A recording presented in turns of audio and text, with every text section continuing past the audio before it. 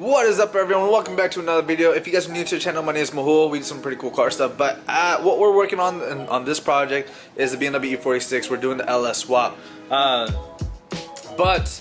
So I want to point out, I guess the biggest flaw, or is this the biggest flaw that BMW's done with their cars, or for the E46? I'm not too sure for the other models, but I know for the E46 it's pretty much the same way. A lot of car manufacturers do this, but what I want to share with you is the steering shaft. So while we have everything out, I want to go ahead and fix this issue, because since I have the motor out, again, there's the motor, and I have the LS swap over there and the trans, but for the LS swap, cleaning everything up and all of this stuff is going to get painted, and I'm going to paint that, and I'm going to show you guys on how to do proper paint. We're actually going to be focusing on the steering shaft. So since everything is out, I want to go ahead and take care of this. Right over here on the steering shaft, there's actually this rubber little bushing, which this causes is play whenever you're turning the wheel. One thing is, especially since we're going to be tracking this car, it's going to have some crazy power, I do not want play in the steering wheel. What we're doing, we're actually going to be replacing this with an actual U-joint. So the benefit of this U-joint is actually a lot better, because you're gonna have a stiffer feeling to the while you're driving on the steering wheel, and it's just gonna be a little bit more safety with the amount of power we're gonna be pushing. So that's something I want to take care of. I really wish that they did this with all the cars, because it's a better handling, and BMW is known for its handling and performance. But yeah, so I want to give a big shout out to ECS Tuning for helping us out with this project, because I couldn't really do much without them. So I talked to them about the problem that I was having. They actually sent out the U-joint to fix it. So pretty much, it's just like a direct swap. We just take out the screws, unbolt it, and put this in its place. Pretty straightforward, pretty easy. There's our companies that actually sell this entire thing, the entire steering shaft.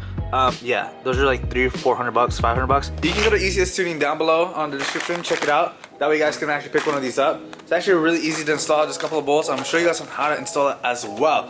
But again, the link's down in the description, check it out. It's great for all your E46. But there are companies like Vorslag, a couple other companies that actually make them, but they're like $300, $400. Some are $600. I'm like, it's not worth it.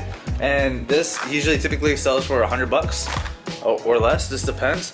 But you know what? It's actually worth it. Alright, so now since we actually got some light here, I can show you guys this a little bit more. So there's gonna be one bowl over here, another bowl over here. Again, this is like a little rubber puck. But to take it out, once you unscrew it, you just slide this up. We need two hands. And so for this point, to pull this part out, it's on a spline, and basically just pull it right out. And again, you can see the threads are inside. So what we're doing, taking this out, putting the new boy in. So we have the new one in. I haven't tightened anything up yet. Basically, there's these threads. Basically, it's gonna come like this, like that.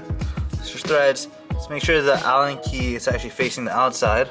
That way, you guys can actually tighten it all the way, and then put the nut over, it. There's gonna be 3. Just making sure all of them like that.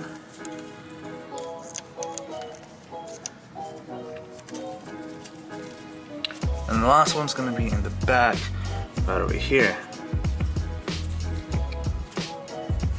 Cool, so that's correct. So basically I'm just gonna grab an Allen key that fits, and then tighten it up, and then put the nut over it, and call it a day. And then, so just make sure, once you do that, it's all the way in. This is all the way in, so this is almost tight. This one I need to make sure it is all the way in, and then I can tighten it up. Alright, so over here I got the 15-30 seconds Allen key, basically just going in and tightening everything, making sure it's nice and tight. That way it's not going to come out on me.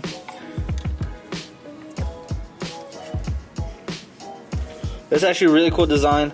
Definitely pretty easy to do, especially since I have the motor out of the car. So let me just go ahead and get this done, because we're going to be putting some crazy power out of this.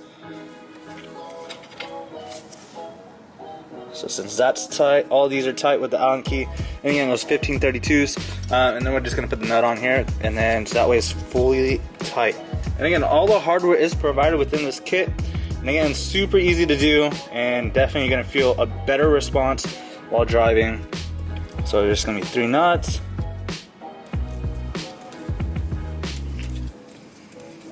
So I'm just going to tighten this up just by hand for right now.